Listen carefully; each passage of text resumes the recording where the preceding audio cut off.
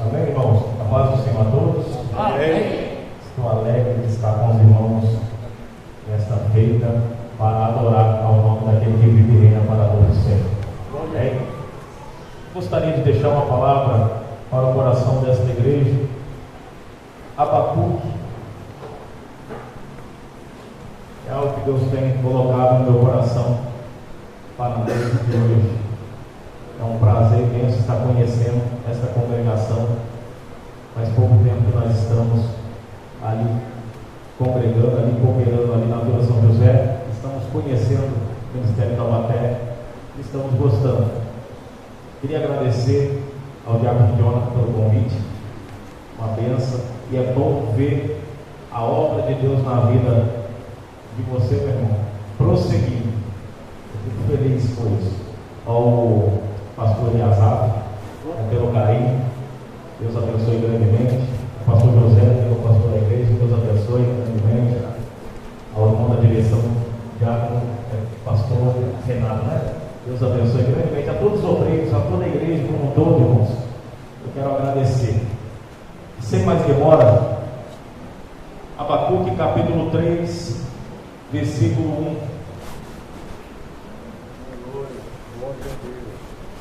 Qual é o nome do tecladista? Daniel. Parabéns pela excelência, viu?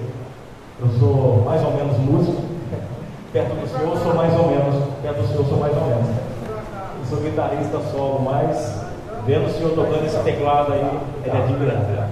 Aí, estou oferecendo a guitarra. Grita de Deus. Oferece, mas não pega, eu gosto. Glória a Deus. Eu fui puxado para o público, irmãos, porque eu amo tocar, fazer aquilo que Deus me deu. Abacuque capítulo 3, versículo 1. Oração do profeta Abacuque sob a forma de canto. Ouvi, Senhor, a tua palavra e temi. Aviva, ó Senhor, a tua obra no meio dos anos. No meio dos anos a notifica. Na ira lembra-te da misericórdia. Versículo 17. Portanto, ainda que a figueira não floresça, nem haja fruto na vide, o produto da oliveira minta, e os campos não produzam mantimento, as ovelhas da malhada sejam arrebatadas, e nos currais não haja vacas. Todavia eu me alegrarei no Senhor, e exultarei no Deus da minha salvação. Somente até aqui. Irmãos, pode tomar assento. Glória a Deus. O profeta Abacuque, contemporâneo, possivelmente, de Ezequiel, Jeremias e Daniel, é um profeta que exerceu o ofício profético em um tempo desafiador. Era um tempo de caos. O profeta Abacuque viveu na iminência de uma destruição muito grande. Deus avisou por intermédio de Isaías: vocês podem fazer isso hoje, mas um dia o Senhor irá entrar com juízo contra você, Judá. Mas,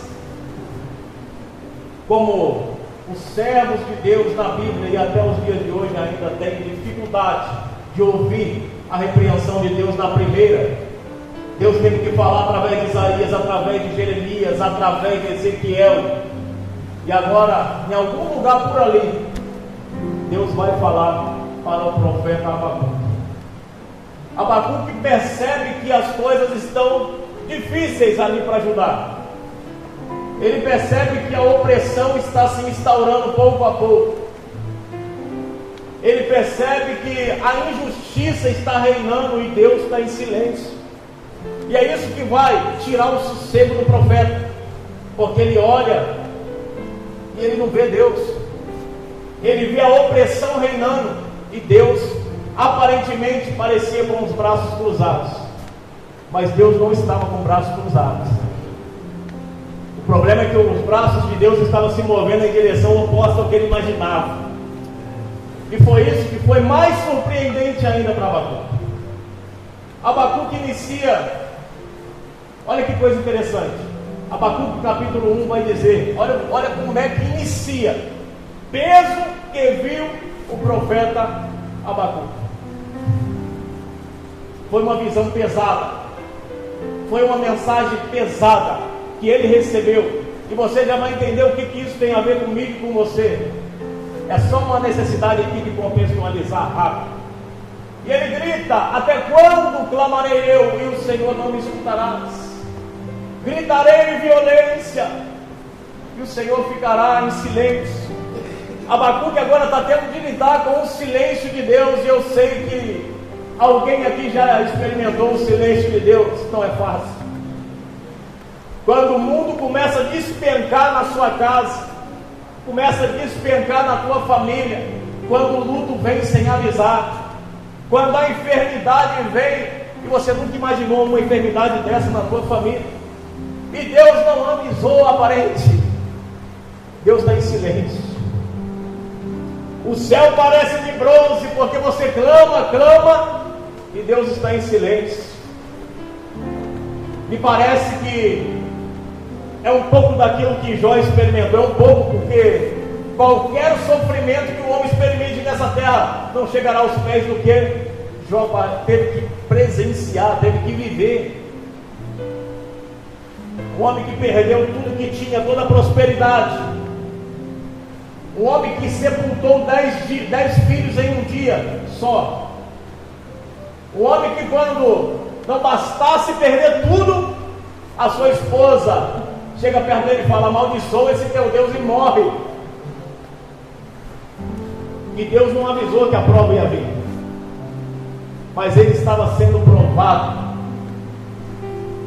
E já dizem os filósofos, os poetas, na prova o examinador está em silêncio. Então existem o silêncio de Deus é para provar a nossa vida. É no silêncio de Deus que nós somos experimentados, no tanto que nós somos dependentes dele. É necessário nós termos essa consciência de que em tudo nós somos dependentes de Deus. Quer para levantar, quer para trabalhar, nós trabalhamos porque Ele nos deu condição de trabalhar. Estamos respirando aqui nessa noite com esse fôlego maravilhoso porque Ele nos sustentou. Nós temos a condição de caminharmos e termos uma morada celestial, uma bendita esperança, porque Cristo morreu na cruz do Calvário por nós. Então é tudo Ele, nada nós. Por isso foi cantado aqui nessa noite: bondade de Deus. Louvado seja o nome do Senhor. Então Abacuque, ele inicia o seu discurso e Deus fica calado. E assim como nós, seres humanos, Abacuque no 4º versículo, ele está orando e Deus não responde. Ele começa a ficar incomodado. E ele começa a querer dar sugestões para Deus. Ele começa a querer de alguma maneira tirar de Deus o que está acontecendo. E ele fala: é por isso que a lei se afrouxa. Ou seja, o Senhor é culpado. O Senhor não se manifesta. O Senhor está em silêncio. Isso aqui é totalmente aceitável, irmão, porque na situação que eu e você vivemos, não sabemos por que estamos passando por isso. É a sua dor, só você sabe o que é. Só você sabe o quão doloroso é, porque é só você que pode sentir. Jeremias sentiu, Jó sentiu, Jesus sentiu. Ele fala: minha alma está angustiada até a morte, ficai e vigiai comigo. Paulo vai dizer: o Senhor me alegrou com a vida de Tito, quando eu estava oprimido. É um homem de Deus, mas ele está nesta carne, estava naquela carne, nesta carne que nós temos, que tem a tendência de deprimir, tem a tendência de ficar ansioso, tem a tendência de ficar especulando as coisas. Tem hora que nós entramos em parafuso, e é só a graça de Deus para nos sustentar e nos lembrar que nós não pertencemos a essa terra, que nós somos de um reino onde não há preocupação, um reino onde há paz, não há choro, não há tristeza, um reino que não há amanhã. É um reino que é eterno, então não tem amanhã e nem tem ontem, tem hoje, para sempre hoje. Então não há ansiedade, não há preocupação, não há choro. E ele vai dizer: por isso que a lei se afrouxa. Jeremias vai falar: maldito o dia que eu nasci, o Senhor me iludiu, iludido fiquei. Isso é um profeta em conflito, assim como Abacuque estava. Nós ficamos assim quando não recebemos de Deus a resposta que nós queremos. E o problema vai vir agora, porque Deus vai responder a Abacuque, o silêncio será quebrado. Só que a resposta que Abacuque aguarda não vai receber. Deus vai dizer: Abacuque, vede, presta atenção, porque eu suscito os caldeus. Eu estou permitindo a opressão chegar. Sabe, Abacuque, tudo isso que você está vendo acontecer, sabe esse caos que está se instaurando? Eu permiti. Sou eu que estou permitindo. E se prepara, porque vai piorar, isso é só o começo. Deus estava dizendo para Abacuque: Abacuque, você já viu quando a chuva tempestuosa vem, você vê o céu preto lá na frente, e começa a pingar pequenas gotas, e daqui a pouco gotas maiores, até que a chuva venha despejar. Abacuque viu esses pingos, ele não chegou a ver o conflito, ele não chegou a ver o terror quando ele chegou sobre Judá, mas ele viu. E nós vemos uma lição maravilhosa que Deus deu a ele, porque ele vai teimar com Deus, como nós fazemos. Nós começamos a colocar em nossas orações as nossas maneiras, as nossas vontades. Eu sei que você também é crente igual eu, é ser humano igual eu, você faz isso também, eu sei. Ele começa, ele dá uma outra resposta a Deus: mas o Senhor é bondoso, o Senhor é justo, o Senhor não pode ver o mal, o Senhor não vai fazer isso. Deus acabou de dizer que vai fazer, mas ele tenta de alguma maneira relembrar Deus dos atributos que Deus tem. O Senhor é justiça. Só que ele esquece que Deus, apenas Deus é justo por completo. Abacuque estava olhando com a justiça humana, uma ótica de uma justiça humana. Para ele aquilo era injusto, mas Deus olhando do céu: avisei Judá muitas vezes. Eu avisei que se Judá não se arrependesse da sua idolatria, abandonasse os seus deuses, eu viria e eu iria fazer sucumbir a Judá. Vocês não deram ouvido. Agora eu vou usar exatamente essa nação que é ímpia para vir contra vocês. E isso é terrível, irmãos. Quem gosta de ouvir não de Deus aqui? Mas o não de Deus é uma bênção, assim como o sim. É que nós precisamos compreender isso. O não de Deus é uma bênção. O não de Deus impede desastres que você nem imaginava que iria viver quando assinasse o contrato. O não de Deus, ele te priva de situações que você nem passou pela sua cabeça. E sabe como é que veio esse não? É você tentando pegar o ônibus, e quando você chega o ônibus já passou e nem está no horário. É quando você está no carro e o pneu do carro fura, porque Deus sabe que você não vai obedecer quando Ele disser não. Então Deus vai no caminho colocando empecilho, colocando impedimento para te trazer para a realidade. Não vai, não é para você ir. Isso já é uma resposta de Deus para alguém, é não.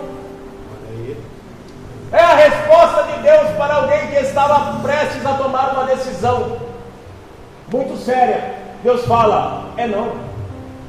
Não adianta relutar, é não. É só isso. E agora Abacuque, ele ouve isso de Deus, continua caminhando na mensagem. Não foi fácil ouvir o não, mas ele entende, Deus sabe de tudo. Mas ele fala algo que me choca. Eu quero compartilhar com os irmãos, porque eu perguntei: é mesmo, né, Senhor? Por quê? Por que o Senhor usou uma nação ímpia para poder punir o teu povo? Por quê? Vamos lá, na nossa ótica humana. Vamos tentar analisar a partir da nossa perspectiva. A pessoa está na igreja. Não está como estava, mas está. Deixa pregar. Deixa louvar. Deixa ter oportunidade. Ele não está do jeito que deveria estar. Ainda está fazendo muita coisa errada, mas não tem problema. A gente às vezes aceita isso. Mas Deus não. Ou está dentro ou está fora. Ou está dentro ou está fora. Em cima do muro para Deus é a mesma coisa que fora. É o que ele vai dizer para a igreja de Laodiceia: porque esmorno, vomitar cheio da minha boca. Porque Deus vomita crente que não tem posicionamento. Uma hora, agora eu quero, não quero mais, agora eu quero, não quero mais. Vai dar um tempo? Vai dar um tempo, meu filho. Se Jesus vier, você vai ficar dando tempo, até o inferno chegar. Perdão pela aspereza. Mas a verdade tem que ser dita para todos nós, irmãos. O Senhor nos ama, mas não deixa de nos repreender. E o bom pai disciplina o seu filho. Ora o outro uma chinelada vem. Ora o outro um beliscãozinho vem. Ora outro uma lagrimazinha do filho vai ter que descer. O castigo vai vir. E a gente entende que isso é bondade do pai. É o pai cuidando de nós. Nós precisamos entender que bondade nem sempre é você sorrindo. Bondade às vezes é você chorando. Bondade de Deus para você muitas vezes não vai ser você sorrindo. É você no aperto. É crente, irmão? Todo mundo está no mesmo. Estamos todos no mesmo vagão, no mesmo avião. Então vamos lá aprender com Paulo. Sei o que está batido, sei ter em abundância. Em toda maneira, em todas as coisas estou instruído, tanto a ter fartura como a ter fome, tanto a ter em abundância como a padecer necessidade. Posso todas as coisas naquele que me fortalece. É muito bonito quando a gente pega o versículo 13, olha, de Filipenses 4, 13. Posso todas as coisas naquele que me fortalece. Mas não podemos ignorar que o Evangelho é o que vem antes. A proposta do Evangelho é te preparar para que você, quando estiver na faltura, nem sei se existe essa palavra, mas se não existir, anota aí, Aurélio. Se você estiver na faltura, ainda assim, você continuará crendo no Senhor. Quando você estiver na bonança, você não vai se esquecer dele, vai continuar olhando para o céu e falando: meu Redentor vive, eu sei que ele virá em meu favor uma hora ou outra. Quando estiver na escassez, você ainda assim vai continuar se sentindo rico, vai continuar se sentindo como Paulo, na prisão, vai falando: mas estou assentado nas regiões celestiais com meu Pai. Como assim, Paulo? Está no chão gelado? Não estou. Vocês estão olhando com o olhar humano. Eu estou nas regiões celestiais com os santos. É o que Deus tem preparado para nós. Bendito é o nome do Senhor. Então isso é Evangelho. Às vezes Evangelho consiste em perder. E olha que coisa interessante, para nós voltarmos aqui. Você sabia que crescer implica em perder? Você pede para Deus: cumpre a promessa. Quando o Senhor vai cumprir aquela promessa na minha vida? Que o Senhor me faria grande. Só que você está disposto a perder? Porque crescer implica perder. A criança, quando é pequena, ela veste um tipo de roupa. De mês em mês ela vai crescendo, ela vai perdendo aquelas roupas. Crescer vai implicar algumas perdas. Algumas amizades vai ter que ficar para trás, não vai caber mais você. Algumas rodinhas não vai mais caber mais você. Algumas conversinhas vai ter que deixar de existir. Algumas roupas, alguns aparativos vão ter que mudar. Algumas atitudes que você tinha lá fora, fica uma hora aqui, fica outra hora ali, e não tem um posicionamento. Isso tem que acabar. Eu não estou aqui para doutrinar a igreja, irmão, pelo amor de Deus, isso é a palavra de Deus. Eu estou aqui para ser uma voz apenas. O pastor daqui é bem instruído. Eu louvo a Deus, porque eu vi e percebi a estrutura dessa igreja a partir do momento que eu pisei aqui. E o Jonathan fala muito bem da igreja. Louvado seja Deus. Então, irmãos, eu sou apenas uma voz neste lugar. E aí a gente tem até uma vantagem, porque eu não sei de nada, né? Não sei de nada, né, pastor? Eu não conheço nada.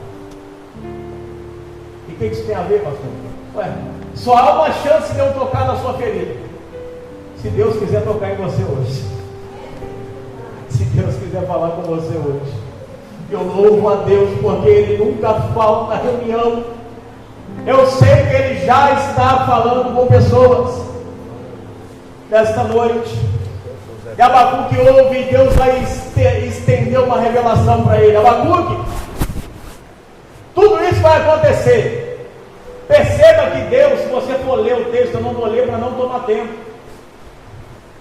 Eu trabalho com a exposição, a explanação do texto, porque se eu pegar a leitura toda eu gosto também, aí teria que ser muito tempo. Mas no texto, o que Abacuque pergunta, Deus não responde. A única coisa que Deus vai responder, Ele fala assim: Abacuque, essa nação pagã, ímpia, você está estranhando eu usando ela para punir o meu povo que você acha justo. Mas deixa eu te explicar uma coisa, Abacuque. Aí vamos para a palavra. Atos capítulo 17, se me falha a memória, vai dizer assim, que tudo que é feito no tempo da ignorância é perdoado. O que você faz no momento da ignorância, você não sabe de nada, está perdoado. Deus, Ele perdoa se você se arrepender daquilo que você faz sem saber que é errado. Ali era o povo de Deus, conhecia Deus, sabia das leis, sabia dos mandamentos, mas mesmo assim estavam insistindo no erro. Então Deus estava dizendo para Abacuque: Abacuque, você acha que vocês são menos ímpios do que eles? Saiba você, Abacuque, que aquele que sabe o que é errado, mas mesmo assim pratica, é pior do que aquele que não sabe e pratica. Quem é pior, irmãos? Eu que estou aqui pregando para você, tenho conhecimento e vou lá fora e peco, faço tudo errado. Ou um bêbado que está lá fora, fazendo o que sempre faz todo domingo, enche a cara, fica na calçada, mas nunca ouviu o Evangelho. Quem é pior, irmãos? É eu. É o crente que sabe da verdade, mas ainda assim negligencia ela. Para Deus, esse é o peso. Nós, por isso que a Bíblia vai dizer que o juízo vai começar pela casa de Deus, não vai começar lá de fora, vai começar por quem tem conhecimento, vai começar por quem ouviu o pastor pregar tantas vezes e aconselhar que para de fazer isso, porque isso é pecado. Vai começar por nós, irmãos, que ouvimos a voz de Deus falando: não sai, fica quietinho aí, porque aí é o teu lugar. E você abana o bracinho, né, como faz com a mãe, né, no tempo da ignorância, e sai andando. Depois volta arrebentado, né? Mas o juízo vai começar por nós. Por isso que nós precisamos atentar para essa verdade. Então esse foi um dos motivos pelos quais Deus usou a nação ímpia para punir, porque eles são ímpios, eles já estão perdidos. Vocês não, vocês quiseram se perder. Vocês, diferente daquele filho que saiu, se perdeu, vocês são uma moeda perdida dentro de casa. Vocês são uma moeda de valor dentro de casa perdida. Então é o que Abacuque está dizendo. E ele ouve, ele fala: Senhor, ficarei agora sobre a minha guarda e vigiarei o que o Senhor fala comigo. E o Senhor responde: o juízo virá, é inevitável, Abacuque. Essa nação, ela é terrível, ela é estrondosa. Mas eu vou dizer para você, Abacuque: ai daqueles. Aí ele começa a dar sentenças que virão após tudo isso para a nação que estará sendo o chicote de Deus contra eles. Deus fala: fica despreocupado, Abacuque, o juízo virá sobre vocês primeiro, mas depois eu visitarei os caldeus, eu visitarei os babilônicos, e eles irão sofrer tudo pior do que vocês estão sofrendo, porque Deus é justo. Louvado seja Deus. E no capítulo 3, o que você diz depois de tudo isso, irmãos? Seu problema foi resolvido após a sua oração, Abacuque? Não. O Senhor falou que vai fazer pior do que eu estou imaginando. Mas o que você vai fazer mediante a tudo isso? Deus falou que não é para você fazer, não tomar decisão. O que você faz mediante a tudo isso? Abacuque falou o quê? Eu vou escrever uma canção, uma poesia. Eu vou escrever um poema para o meu Deus. No meio da crise, no meio do conflito, Abacuque, exatamente. No meio da crise, no meio do conflito, porque enquanto ele ouve o que Deus falava com ele, perceba que Deus não muda o discurso, Deus é incisivo. Deus vai direto ao ponto. Tu és profeta, Abacuque, eu tenho que ir direto com você. Tu és homem de responsabilidade. Com você eu não vou dar volta, Abacuque. Se prepara, o negócio vai vir mesmo. Não adianta você querer me relembrar quem eu sou. Eu sei quem eu sou, Abacuque. Eu sei que eu sou bondoso, que eu sou justo. Mas você não sabe de tudo. O meu justo viverá pela fé. Eu sei que a alma dos caldeus é inchada, eles são soberbos, mas o meu justo viverá pela sua fé. Alguém sabe aqui o que é fé verdadeira? Fé verdadeira, vamos desconstruir primeiro o que não é fé. A fé verdadeira não é o meio pelo qual você consegue o que você quer. Não é. Muito pelo contrário, a fé é quando você tem a condição de permanecer firme, ainda que tudo dê errado. A fé que nós temos aprendido, no contexto geral da igreja, você vê as pregações, ensinam uma fé que você utiliza essa fé, você está no comando dela. Eu tenho fé, então isso vai acontecer. Quem é o comandante? Você. Mas na verdade a fé não depende de você. Você se posiciona, mas é Deus quem faz tudo. A fé é a capacidade de se manter fiel, mesmo que ninguém esteja sendo fiel. É Sadraque, Mesaque e Abednego ouvindo: vocês vão morrer se não se dobrar. E o que eles fazem? Ó rei, quanto a isso, não tem que te dar satisfação nenhuma.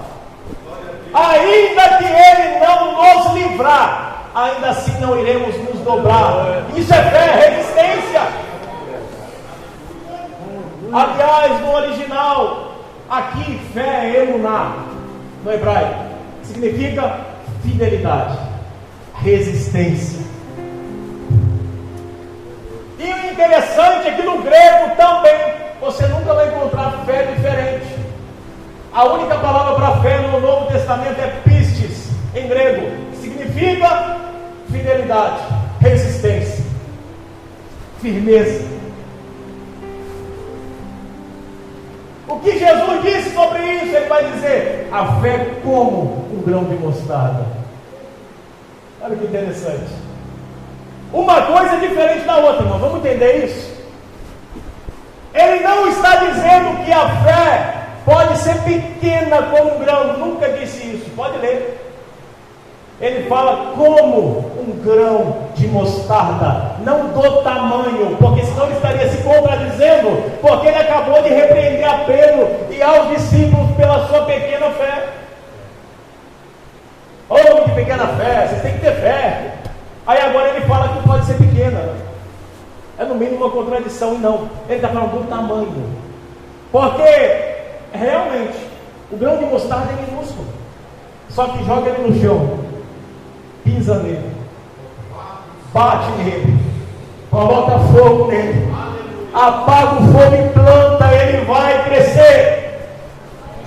Então a fé que Deus fala é resistência. É Paulo dentro da prisão, todo cheio de feridas, a urina descendo dos presos sobre ele. É nojento, mas era o que acontecia. Ele estava no porão, dejetos descendo sobre ele, e ele começa a louvar e a orar. E no final ele está saindo, ferido, machucado, junto com Silas, e ainda tem disposição para pregar salvação. O outro está com a espada e ele fala: não faça mal a você. O que eu faço para me salvar? Crer, e você e a sua casa serão salvos. Isso é fé, irmão, resistência. Por causa dessa fé fraca que nós aprendemos, que nós ouvimos muito, é que muitos crentes, qualquer coisinha que acontece, você não deu a paz do Senhor para ele direito, ele vai embora da igreja e nunca mais ele pisa na igreja. E se for perguntar o porquê, não sei, aquele povo é meio estranho, do nada mudaram comigo, do nada não me dão mais a paz do Senhor, do nada. O pastor jogou uma palavra lá, era uma indireta, não era Deus usando, mas a pessoa entendeu que era uma indireta e foi embora. O irmão estava pregando, estava jogando direitinha para mim. Não, irmão, não é Deus, porque Deus conhece o teu particular e usou o irmão. Só que nós, como somos seres humanos, não gostamos desse constrangimento interior. Quando aponta o dedo na nossa ferida e começa a cutucar, sabe? Quando fala assim: você é mentiroso, se conserta, não é ruim. É uma coisa que eu tenho ensinado, irmãos, é difícil demais, mas é Bíblia. É Bíblia. Você tem condição de dizer: eu errei, eu peguei? Tem condição de dizer: nessa questão aí, minha irmã, foi eu que errei, tá? Me perdoa. Eu fui a débil da situação, não foi você, me perdoa. Quem aqui tem condição de falar: pai, pequei? Pai, pequei. É simples assim, irmãos. E muitos de nós não temos condição de fazer isso. Quando Deus usa homens de Deus na tribuna dizendo: você está fazendo isso, se sentimos constrangidos. E passem vocês, tem pastores sendo processados por causa de uma palavra que pregou. A pessoa não aceitou a palavra e processou. Isso está acontecendo. Porque a palavra não agradou. A pessoa se utiliza de um testemunho que o pastor pregou para levar ele a júri. Exatamente no nosso tempo isso está acontecendo. É a injustiça que Abacuque presenciou e nós presenciamos. Para encerrar, irmãos, ele ouve tudo isso e ele faz uma oração. E a oração dele é: Pai, eu ouvi a tua palavra, e a tua palavra me gerou temor. Aviva a tua obra. Aleluia. No meio dos anos.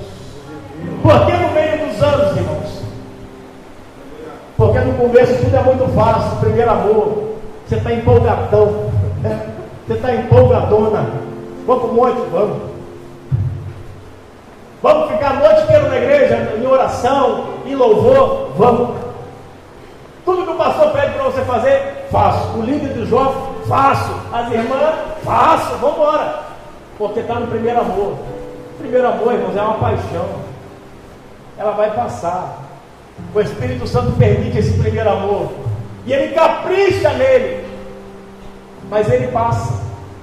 E o que vai permanecer é o amor. O amor por Deus verdadeiramente é o que vai te fazer permanecer. É bem verdade que a igreja tem esperado muito de Deus e pouco de si nos cultos, quando na verdade nos cultos é você quem dá e é Deus quem recebe. Graças a Deus. Você nunca vai conseguir provar para nós na Bíblia que na igreja quem dá é Deus, ainda que Deus dê, porque Ele é poderoso para fazer, por graça e misericórdia. misericórdia, mas você não vai encontrar um texto bíblico dizendo que Deus está descendo para dar. Não. Sobre o culto, não. A Bíblia vai dizer: rogo os irmãos meus que apresenteis os vossos corpos como sacrifício vivo, santo e agradável a Deus, que é o vosso culto racional. Romanos 12, 1. O que ele está dizendo? Que a tua vida, a tua conduta é um culto a Deus. Ele está mostrando que você é esse corpo em sacrifício a Deus. E não estamos falando de autoflagelação, não. Nós estamos falando de entrega. Isso é verdadeira fé, irmãos. Eu não sei para onde esse leme está me levando. Eu não sei o porquê que está tudo nublado na minha frente. Antes eu conseguia enxergar, agora eu não estou enxergando o fim desse túnel. Eu não sei o que tem atrás desta montanha, mas eu sei que Deus, o Deus que me colocou nesse caminho, nesse trajeto, Ele está a me conduzir e Ele está me aguardando do outro lado. É isso que é fé verdadeira e genuína, irmãos. E não há possibilidade de um crente chegar no céu sem entender essa fé. Porque como que você crê se você não tem fé? Como que você se posiciona como crente e permanece fiel até o fim, sem ter a resistência que essa fé te dá? E o que eu faço, pregador? Olha, Deus, comece a orar mais, é tempo de vigiar mais, é tempo de descer mais na madrugada e fazer o que você nunca fez por Deus.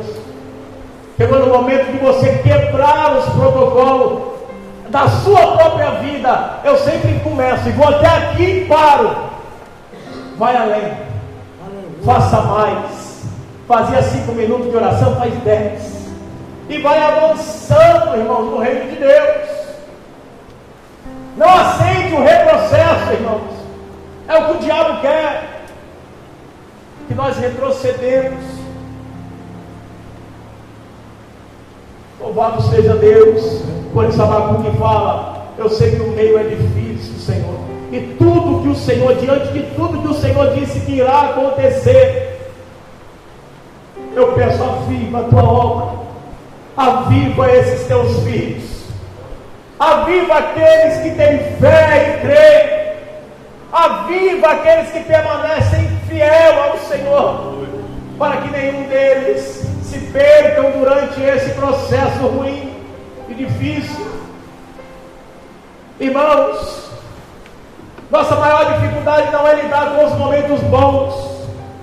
Para lidar com os momentos bons é só insistir, é fácil demais, é gostoso. Mas é lidar com os momentos difíceis de provação. Nós precisamos aprender a atravessá-los. Porque sempre que Deus quiser te colocar em algo maior, Ele vai te fazer passar por processo. E não é porque Ele tem que preparar. Ou Deus demorado para preparar algo para a minha vida? Nossa, mas Deus demora demais. Né? Tem gente que pensa isso, irmão. Ah, eu não casei ainda porque Deus está preparando a varoa. Deus está preparando o varão. Irmão, Deus não demora para preparar assim não, irmãos. Deus fez a terra em quantos dias? 6 dias. Não é? Rápido. E no 7º descansou. Você acha que Ele demoraria para preparar alguém para você, ou preparar algo para você tanto tempo? Não. Então o que Ele está preparando o teu coração para receber?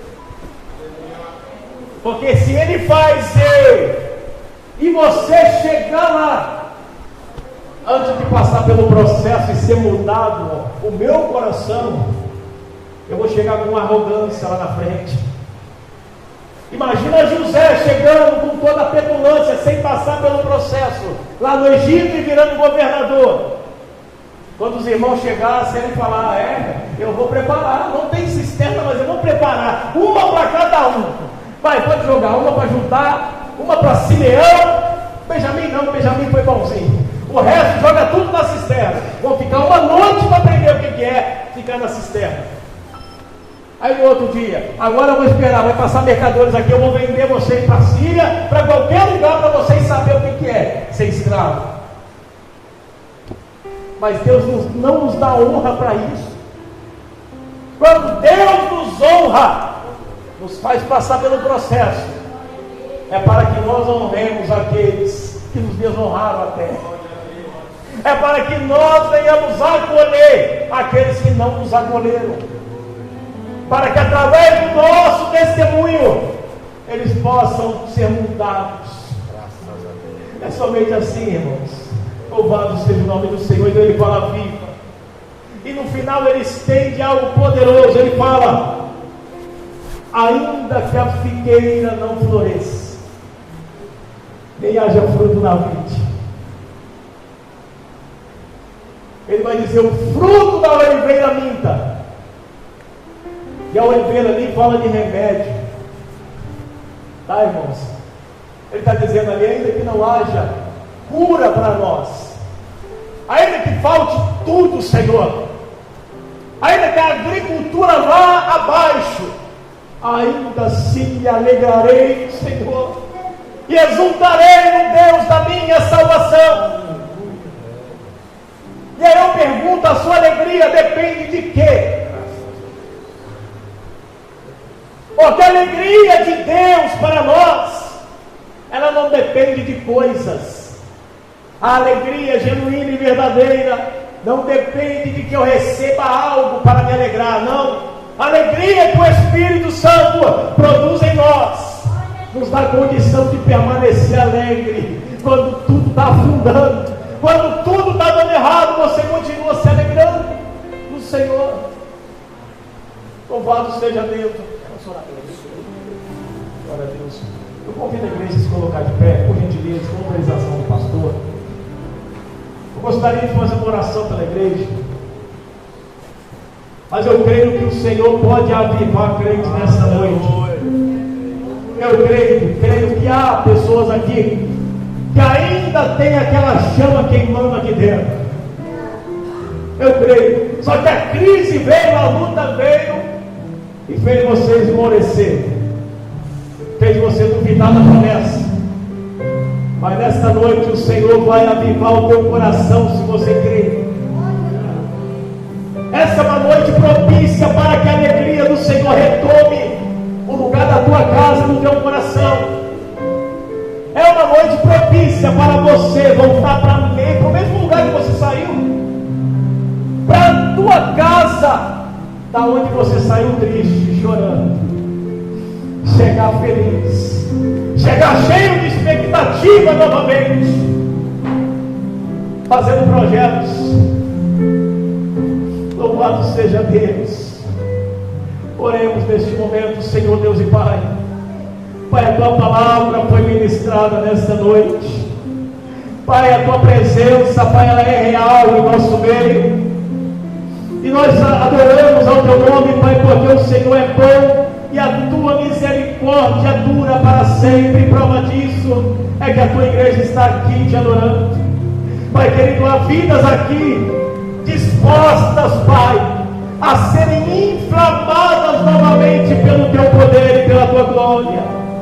Há pessoas aqui, Arabaia Céu e Remina Arabaia Cantarabandância, meu Deus, que estão dispostas a abrir mão de algumas coisas para que a alegria verdadeira, genuína, volte a fazer morada em seus corações, para que a ansiedade que tem tomado conta da sua vida vá embora, para que a insônia venha deixar de existir na vida do teu filho e da tua filha, e eles passam a ter tranquilidade, descansando no Senhor.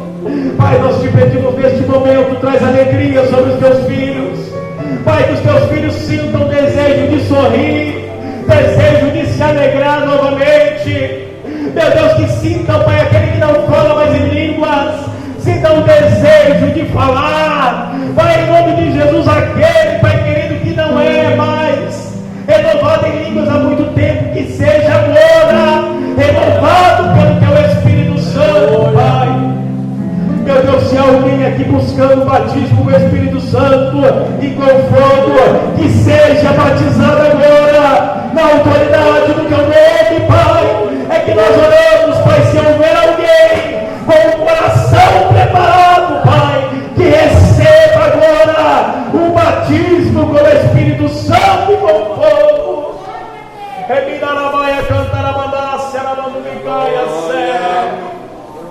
Louvado seja o teu nome, Pai. Fica com a tua igreja, Pai, e não deixa, Pai, os teus filhos se perderem na fé, mas que eles permaneçam fiéis até o fim, em nome de Jesus. Amém.